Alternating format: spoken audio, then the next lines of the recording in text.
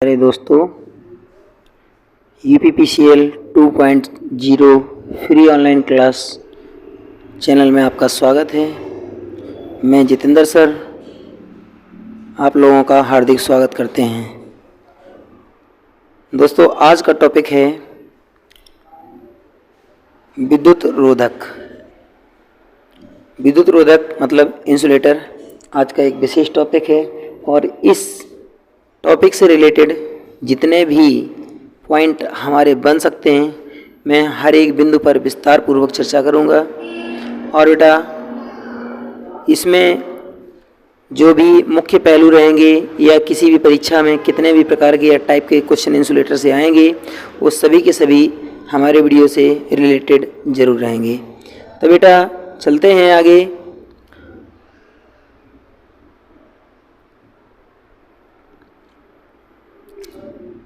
सब्र एक ऐसी सवारी है जो गिरने नहीं देती अपने सवार को, ना किसी की नज़रों में और ना ही किसी के कदमों में। तो बेटा इसी के साथ हमारा आज का सेशन स्टार्ट होता है। प्रतिदिन हमारे वीडियो से पहले आपको 2 क्वेश्चन दिए जाते हैं और इन क्वेश्चन को सॉल्व करने के लिए जो आपके आंसर हैं ये इस वीडियो के लास्ट में दिए जाते हैं। बेटा आप चाहो तो इसका कमेंट करके हमको जवाब भी दे सकते हो। हमारा आज का पहला प्रश्न है, स्प्लिट इंसुलेटर का उपयोग कहाँ किया जाता है या स्प्लिट इंसुलेटर कहाँ पर स्थापित किया जाता है? केबलों में, वितरण लाइनों की केज गार्डिंग में, क्रेडल गार्डिंग में और एंड पोल पर। और आज का हमारा दूसरा प्रश्न जो है ये पिन इंसुलेटर का उपयोग अधिकतम कितने वोल्टेज पर किया जाता है? इसमें 400 kV, 11 kV, 132 kV और 33 kV। इन दोनों प्रश्नों के जवाब हमारे वीडियो के अंत में मिलेंगे। बेटा बने रहिए हमारे चैनल पर। यदि चैनल पर आप नए हैं तो चैनल को लाइक, शेयर, सब्सक्राइब करना ना भूलें। अपने मित्रों में शेयर ज़रूर करें। आज के सेशन में हमारा सबसे पहला जो इंसुलेटर है बेटा ये पिन इंसुलेटर है। इस पिन इंसुलेटर से रिलेटेड जितने भी पॉइंट बन सकते हैं मैंने यहाँ पर कवर किए हैं। इसमें से पहला पॉइंट है आपका, पिन इंसुलेटर का निर्माण पोर्सिन या चीनी मिट्टी से किया जाता है। नेक्स्ट पॉइंट हमारा इसमें है, पिन इंसुलेटर पर चमकीला पदार्थ ग्लेज्ड डाला जाता है जिससे इंसुलेटर की दक्षता बढ़ती है और नमी इससे मुक्त हो जाती है। ये नमी अवशोषित नहीं करता है। ये ग्लेज्ड क्या होता है बेटा? जो ये ग्लेज्ड है, ग्लेज्ड एक ऐसा पदार्थ होता है जो कांच से तोड़ करके और बारीक पीस करके लिक्विड फॉर्म में इसको परिवर्तित कर दिया जाता है। और इस ग्लेज्ड का ही उपयोग इस इंसुलेटर के ऊपरी हिस्से पर किया जाता है। ये एक प्रकार का कांच होता है जिससे इंसुलेटर में चमक भी आती है और ये आकाशीय बिजली और पानी से भी सुरक्षित रहता है जिससे इसके अंदर नमी नहीं जाती है। बेटा आज का हमारा नेक्स्ट पॉइंट है, पिन इंसुलेटर का पिन जो होता है, यहाँ पर जो ये पिन दिख रहा है, ये वाला सेक्शन जो पिन दिख रहा है, पिन इंसुलेटर का पिन जो होता है ये GI का या गैल्वेनाइज्ड आयरन का बना होता है। नेक्स्ट पॉइंट है हमारा, पिन इंसुलेटर का उपयोग बेटा 230 वोल्ट से लेकर के और 33 kV तक किया जाता है।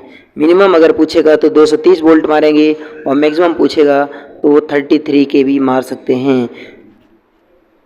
पिन इंसुलेटर को कई खंडों में मिला करके 66 kV तक उपयोग में लाया जा सकता है, परंतु इस 66 kV पर इस इंसुलेटर का उपयोग नहीं किया जाता है क्योंकि 66 kV के पिन इंसुलेटर को बनाने के लिए इसमें मटेरियल भी अधिक लगेगा और इसके साथ साथ इसका भार भी ज़्यादा होगा। तो बेटा नेक्स्ट पॉइंट है हमारा, पिन इंसुलेटर का चकती जैसा पार्ट जो होता है उसको हम पेटीकोट कहते हैं। मतलब ये जो इसके भाग हैं, जो ये कवर किए गए हैं, ये भाग जो हैं इनका नाम पेटीकोट होता है या इसी को शेड भी कहा जाता है या शेडो कहा जाता है। ठीक है, याद रखेंगे। और पिन इंसुलेटर में ये जो गर्दन लिखा हुआ है यहाँ पर इस हिस्से में बंधक तार के द्वारा और यहाँ से रख करके एक चालक को बांधा जाता है। इसमें ACSR चालक होगा, ACSR चालक होगा और जो ACSR चालक है ACSR चालक के साथ साथ में ACSR जो चालक हम इस पर इंसुलेटर पर ऊपर लगाएंगे, इस हिस्से में यहाँ पर जोड़ेंगे, तो इसमें ACSR से एक वायर एल्युमिनियम का निकाल करके और उसी के द्वारा यहाँ पर इसको बांध दिया जाता है मजबूती से, जिस वजह से ये हिलता नहीं है। ये जो खांचा बना होता है, इस खांचे में हम चालक निकालते हैं, जबकि ये गर्दन जो बना हुआ है, इस गर्दन में इसको बांध देते हैं बंधक तार के द्वारा। बंधक तार जिस धातु का यहाँ पर चालक होगा उसी धातु का बंधक तार भी होता है। नेक्स्ट पॉइंट है हमारा बेटा, इस इंसुलेटर को क्रॉस आर्म पर स्थापित किया जाता है। तो बेटा जो क्रॉस आर्म होते हैं ये आई टाइप भी होता है, सीधा यहाँ पर ये इंसुलेटर लगे होते हैं ऐसे, ठीक है।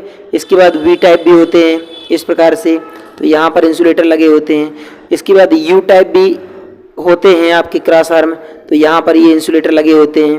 तो इसका उपयोग जो पिन इंसुलेटर है, I type, V type, U type या जिगजैग टाइप के जो क्रॉस आर्म होते हैं बेटा, ये कुछ ऐसे होते हैं, इन पर यहाँ और यहाँ पर इन इंसुलेटरों का उपयोग किया जाता है। बेटा नेक्स्ट पॉइंट है हमारा चालकों का भार। जितना चालकों का भार होता है ये इस इंसुलेटर पर रहता है, और जितना इंसुलेटर का भार होता है ये किस पर रहता है बेटा, ये क्रॉस आर्म जो होती है, इंसुलेटर का पूरा भार जो है ये किस पे रहता है, क्रॉस आर्म पे रहता है। ये आपका वी टाइप का क्रॉस आर्म होता है, ठीक है। नेक्स्ट पॉइंट देखते हैं। अगला जो हमारा इंसुलेटर है ये साइकिल इंसुलेटर है। बेटा हमारे चैनल पर आप यदि नए हैं तो चैनल को शेयर करें, सब्सक्राइब करें और लाइक करें। आपको हर दिन इसी प्रकार के 3D चित्रों के साथ आपको विस्तार पूर्वक क्वेश्चन मिलेंगे और इनका पूर्ण रूप से सॉल्यूशन भी मिलेगा। वीडियो को बीच में स्किप मत करिए, वीडियो को पूरा देखिए। साइकिल इंसुलेटर के जो अन्य नाम होते हैं बेटा, इनको रील इंसुलेटर, चरखी इंसुलेटर, निगड़ी इंसुलेटर या बलनी इंसुलेटर के नाम से भी जाना जाता है। इसके बहुत सारे नाम होते हैं। और बेटा आपको एक बात बता दें, जो आपका साइकिल इंसुलेटर होता है, साइकिल इंसुलेटर को हमेशा डी क्लैंप पर स्थापित किया जाता है। किस पर, यहाँ पर मैंने नोट किया है, साइकिल इंसुलेटर को हमेशा डी क्लैंप पर स्थापित किया जाता है, ठीक है, डी क्लैंप पर स्थापित किया जाता है। नेक्स्ट पॉइंट हमारा है यहाँ साइकिल इंसुलेटर बेटा पोर्सलिन के बने होते हैं। साइकिल इंसुलेटर का उपयोग द्वितीयक वितरण प्रणाली में करते हैं। साइकिल इंसुलेटर को अधिकतम 650 वोल्टेज तक उपयोग में लाया जा सकता है। इसका नेक्स्ट पॉइंट जो है, इसे सामान्यतः किसी भी एंगल पर स्थापित किया जा सकता है, क्योंकि ये इंसुलेटर जो है ये आपका स्टे इंसुलेटर की भांति भी व्यवहार कर लेता है, और इसको हम ऊर्ध्वाधर पिन के रूप में या फिर क्षैतिज या किसी भी एंगल पर इस इंसुलेटर का उपयोग कर सकते हैं। लेकिन इसका उपयोग जो है केवल हम डिस्ट्रीब्यूशन प्रणाली में ही कर सकते हैं। ट्रांसमिशन में इस इंसुलेटर का उपयोग नहीं होता है, क्योंकि इसकी मैक्सिमम वोल्टेज क्षमता 650 वोल्ट होती है। ये इंसुलेटर भी आपके पोर्सलिन के बने होते हैं, और इन इंसुलेटरों के ऊपर भी ग्लेज्ड का लेप डाला जाता है। इनके आकार और इनके रंग भिन्न भिन्न हो सकते हैं। बेटा नेक्स्ट हमारा जो पॉइंट है ये है साइकिल इंसुलेटर को द्वितीयक वितरण प्रणाली में प्रथम पोल, ठीक है ना, टर्निंग पोल जहाँ पर मोड़ होता है, और इंड पोल तथा स्टे इंसुलेटर के रूप में उपयोग किया जाता है। जो हमारा पहला पोल होता है, जैसे यहाँ पर मानेंगे तो यहाँ बेटा इस इंसुलेटर को कुछ इस रूप में उपयोग में ले लिया जाता है, और यहाँ से आगे चालक बांध दिया जाता है, और यहाँ पर डी क्लैंप बांध करके इसको रोक लिया जाता है, जैसे कि यहाँ पर ये दिखाया गया है, ठीक है। चलिए हमारा नेक्स्ट इंसुलेटर है बेटा स्टे इंसुलेटर, ठीक है। नेक्स्ट इंसुलेटर है यहाँ पर हमारा स्टे इंसुलेटर। इसके बारे में देखते हैं। यहाँ है स्टे इंसुलेटर का उपयोग स्टे वायर में किया जाता है, और इसकी जो जैसे पोल होता है, पोल से यहाँ पर अगर कोई स्टे लगाई जा रही है तो स्टे में यहाँ पर जो इंसुलेटर लगेगा तो इसकी ग्राउंड से जो ऊंचाई होगी बेटा ये कितनी होगी, 3.05 मीटर या 10 फीट की ऊंचाई रखी जाती है। नेक्स्ट पॉइंट है हमारा, ये इंसुलेटर सामान्यतः कई टाइप के होते हैं, इनका टाइप अलग अलग होता है, और ये भी किसके बने होते हैं, पोर्सलिन के बने होते हैं, ठीक है, याद रखना है, पोर्सलिन के बने होते हैं। यहाँ पर ये पॉइंट दिया गया है। आगे है स्टे वायर जो होता है 415 11 kV और 33 kV के पोलों की झुकी हुई अवस्था में उपयोग में लाया जाता है, जबकि 33 kV से ऊपर के जो पोल होते हैं उनमें हम स्टे वायर का उपयोग नहीं करते हैं। जैसे मान लीजिए कि ये आपका पोल है, ये अगर झुका है तो इसको हम स्टे वायर के द्वारा इधर सपोर्ट देते हैं, अगर ये इस साइड में झुक रहा है चालकों के कारण। लेकिन एक और बात यहाँ पर है बेटा, यहाँ पर यदि किसी पोल की पोल का जो झुकाव है 10 डिग्री है तो स्टे तार को हम 30 डिग्री के झुकाव पर करते हैं। यदि किसी पोल का झुकाव 15 डिग्री है तो यहाँ पर आपका स्टे का जो झुकाव होगा ये 45 डिग्री सेंटीग्रेड पर किया जाता है। तो बेटा याद रखना कि जितना डिग्री पोल झुका होगा उसका गुणा 3 आपका स्टे वायर स्थापित किया जाता है। जिससे कि और एक बात, जो पोल होता है बेटा, पोल के ओर जिस ओर खिंचाव होगा उसके विपरीत साइड में स्टे वायर को स्थापित किया जाता है। एकल पोल पर या प्रारंभिक पोल पर 2 स्टे वायर, जब टर्निंग पोल होता है सप्लाई इधर से आकर के इधर जा रही है तो यहाँ पर भी 2 स्टे वायर होता है। और जब मध्यम पोल होता है या बीच में, एक तरीके से कहेंगे जब सेक्शन पोल का उपयोग किया जाता है, सेक्शन पोल का जब उपयोग किया जाता है तो सेक्शन पोल में 6 स्टे वायर का उपयोग किया जाता है। वो कहाँ लगते हैं? 2 इस साइड में लगेंगे, एक इधर लगेगा और 2 इसके पिछले हिस्से में लगते हैं। कुल मिला के सेक्शन पोल पर 6 स्टे वायर का उपयोग किया जाता है। जबकि एच टाइप के ट्रांसफार्मर पर जहाँ पर ट्रांसफार्मर रखा जाएगा वहाँ पर 4 या 2 स्टे वायर का उपयोग किया जाता है। चलिए बेटा नेक्स्ट देखते हैं। यहाँ पर पूर्ण रूप से इसका डिटेल दिया गया है। ये आपका एक पोल रहा और इस पोल में ये जो लगा हुआ है, यहाँ से जो इधर लगा हुआ है ये आपका स्टे वायर है। स्टे वायर के साथ साथ में यहाँ पर एक इंसुलेटर लगा है जिसको गेब रेप और इसको हम इंसुलेटर कहते हैं। और ये इंसुलेटर जो होता है ये स्टे इंसुलेटर के नाम से जाना जाता है। ठीक है, स्टे इंसुलेटर के नाम से जाना जाता है। गेब रेप मतलब एक छल्ला होता है या इसको लपेट दिया जाता है, इस प्रकार से इसको गेब रेप के नाम से जानते हैं। गे एंकर ये एक मोटा सा पार्ट होता है जो निचले स्तर पर डाल दिया जाता है। गेब रेप मतलब यहाँ पर ज्वाइंट होता है, जो चालक हैं यहाँ पर चालकों का जब एंड होगा तो इसको बांध दिया जाता है, ये गेब रेप कहलाता है। ठीक है, कोई भी पोल अगर 10 डिग्री पर झुका है तो हम क्या 45 डिग्री के एंगल पर 15 डिग्री पर झुका है तो 45 डिग्री के एंगल पर हम स्टे लगाते हैं। यहाँ पर बेटा एक आइटम और लगता है जो इस तरीके से रहता है, इसको बो कहा जाता है। ठीक है ना, इसको बो कहा जाता है, धनुष के आकार का होता है। ठीक है, चलिए नेक्स्ट देखते हैं। अगला इंसुलेटर आपका है कौन सा? Disc insulator. तो बेटा डिस्क इंसुलेटर का उपयोग बहुत ज़्यादा भी किया जाता है। यहाँ पर देखते हैं ये ग्लास का इंसुलेटर है डिस्क इंसुलेटर, जबकि ये इंसुलेटर आपका पोर्सलिन का बना हुआ है। ठीक है, नेक्स्ट प्रश्न देखते हैं। यहाँ है डिस्क इंसुलेटर का निर्माण कांच या ग्लास तथा पोर्सलिन चीनी मिट्टी के द्वारा किया जाता है। चकती इंसुलेटर, डिस्क इंसुलेटर का दूसरा नाम चकती इंसुलेटर या चकती विद्युत रोधक भी होता है। इसको जो है 11 kV की वोल्टता के लिए डिज़ाइन किया जाता है। इसकी प्रत्येक डिस्क जो होगी ये 11 kV की वोल्टेज के लिए डिज़ाइन की जाती है। जबकि वोल्टेज की संख्या यदि बढ़ती है तो इनको हम सीरीज क्रम में जोड़ करके और इसका उपयोग कर लेते हैं। तो बेटा नेक्स्ट हमारा पॉइंट है, इस इंसुलेटर को सदैव स्ट्रेन तनाव रूप में उपयोग में लाया जाता है। डिस्क की हम केवल बात कर रहे हैं यहाँ पर। ठीक है, इस इंसुलेटर को लड़ी के रूप में उपयोग में लाया जा सकता है जब हम इस इंसुलेटर के साथ में जब इस इंसुलेटर के द्वारा हम बहुत सारी इंसुलेटर को जोड़ करके एक लड़ी बनाते हैं तो ये या तो आपका स्ट्रेन इंसुलेटर बनेगा या फिर नीचे की तरफ यदि इसको बनाया जाएगा तो सस्पेंशन इंसुलेटर बन जाता है। ठीक है बेटा, यहाँ पर देखते हैं नेक्स्ट पॉइंट है, इंसुलेटर के ब्रेक होने पर ग्लेज्ड पदार्थ इसमें भर दिया जाता है। जान लीजिए कि ये इंसुलेटर है, अगर यहाँ से ये जो है ना ये ब्रेक हो गया, ये चटक गया, जो चटक गया तो अर्थिंग लेने लगता है। तो बेटा इसके स्थान पर यहाँ पर जहाँ चटका हुआ भाग होता है यहाँ पर कांच का तरल पदार्थ होता है ग्लेज्ड, उसको भर दिया जाता है। ठीक है, जिससे कि ये जो दरार होती है ये भर जाती है और ये पूर्ववत जैसे प्रारंभ में था उसी हिसाब से काम करने लगता है।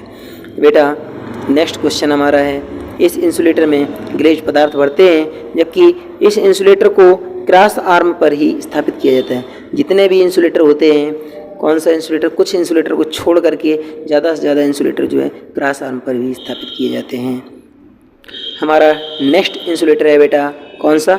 Strain insulator. इसको तनाव विद्युत रोधक के रूप में भी जाना जाता है। यहाँ पर पॉइंट दिया गया है, खंभे में जो आगे की तरफ खिंचा हुआ होता है ये स्ट्रेन इंसुलेटर होता है। यहाँ पर आप ये देख रहे हैं, ये जो इंसुलेटर छापा है ये ट्रांसमिशन लाइन के लिए स्ट्रेन इंसुलेटर है, तनाव विद्युत रोधक का कार्य कर रहा है।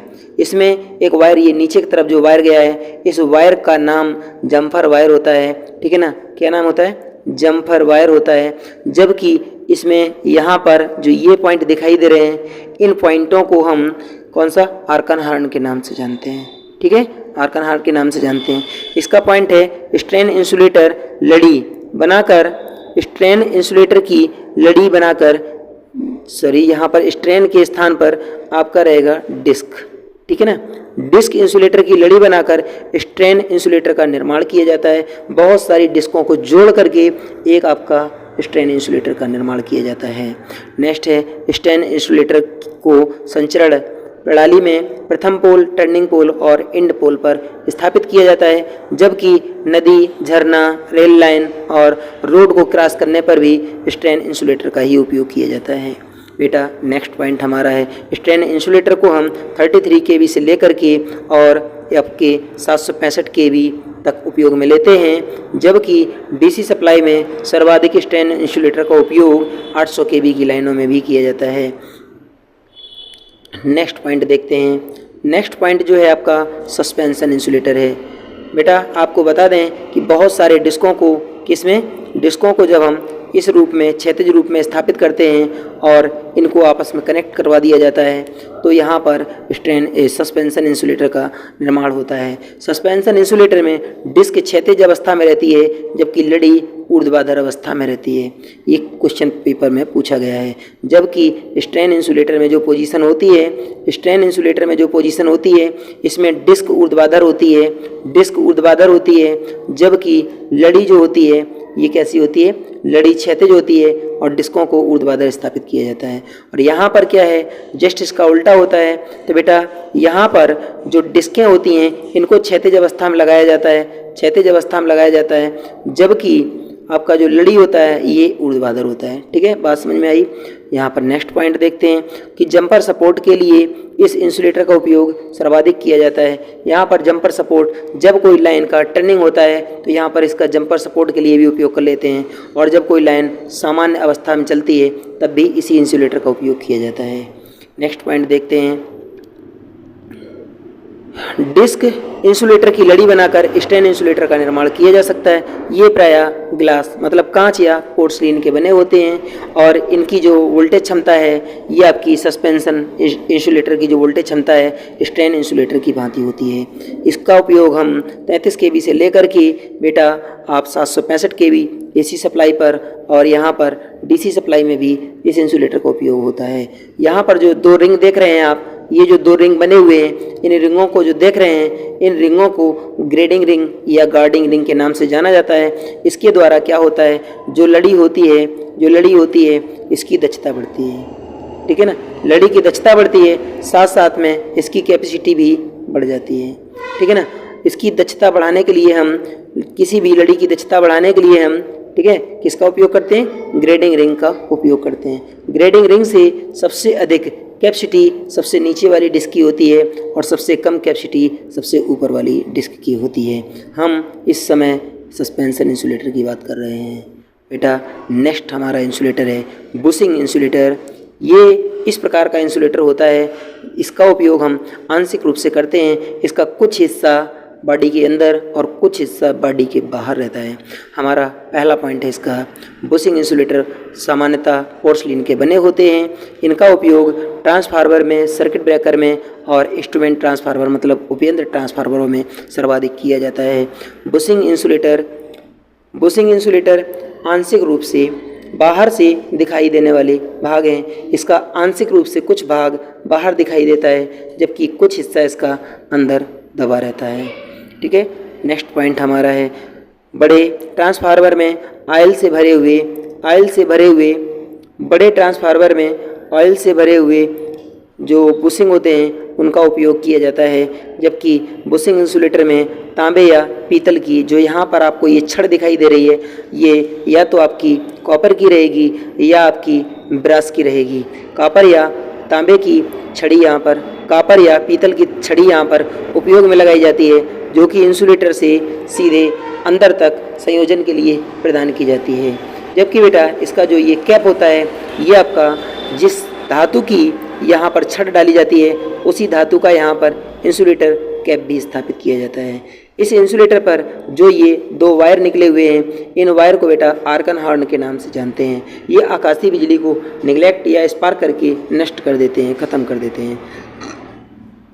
नेक्स्ट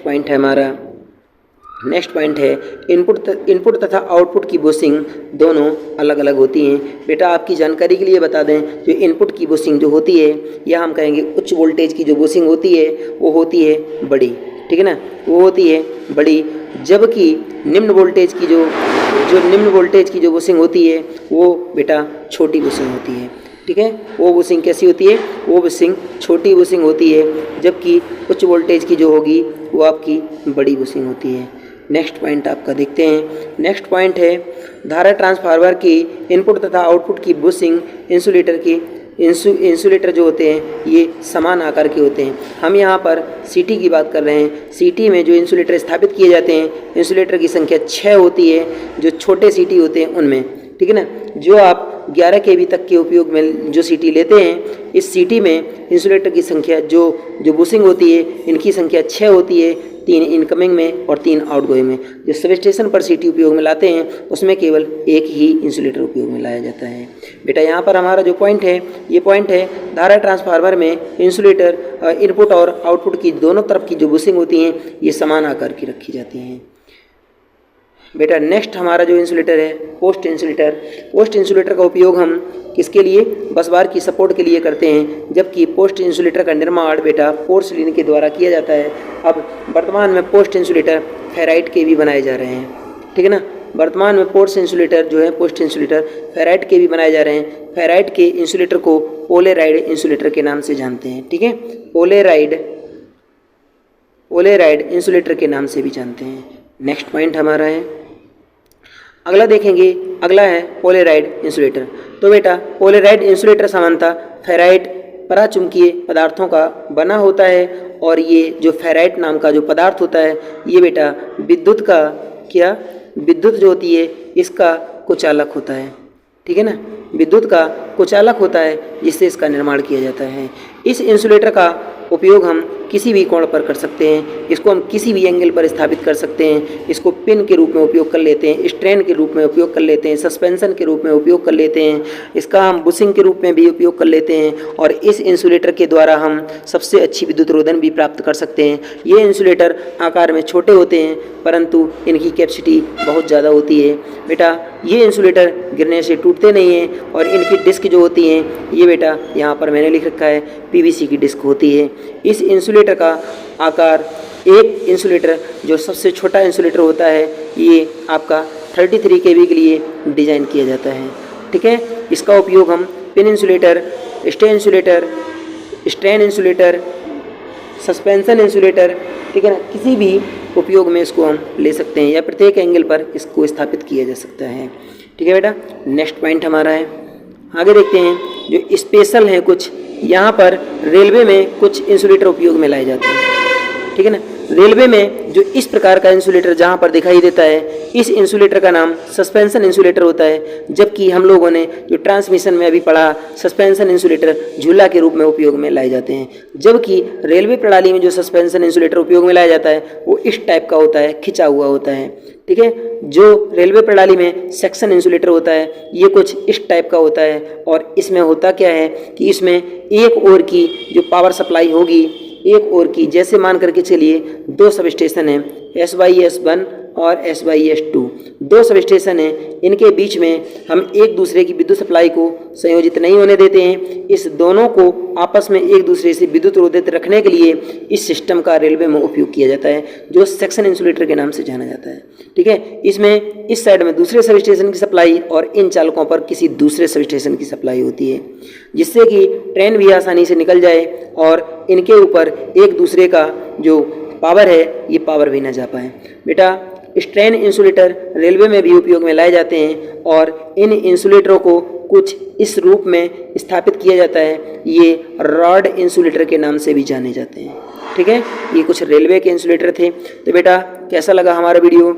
आपके जो पिछले जो आपके प्रश्न थे उन प्रश्नों का जवाब यहाँ पर दिया गया है। तो बेटा जो आपका सर्विसमैन है, ठीक है ना, सर्विसमैन है, ये पिछले वीडियो के बेटा ये क्वेश्चन है और इस क्वेश्चन का आंसर आपका मीटर बोर्ड व द्वितीयक वितरक में हम सर्विसमैन का उपयोग करते हैं। या हम कहेंगे जो सर्विसमैन होता है बेटा, ये मीटर बोर्ड, जो मीटर का बोर्ड होता है वहाँ, और द्वितीयक वितरक जो डिस्ट्रीब्यूटर होता है, इनके बीच में एक केबल लगाई जाती है। इस केबल को सर्विसमैन के नाम से जानते हैं।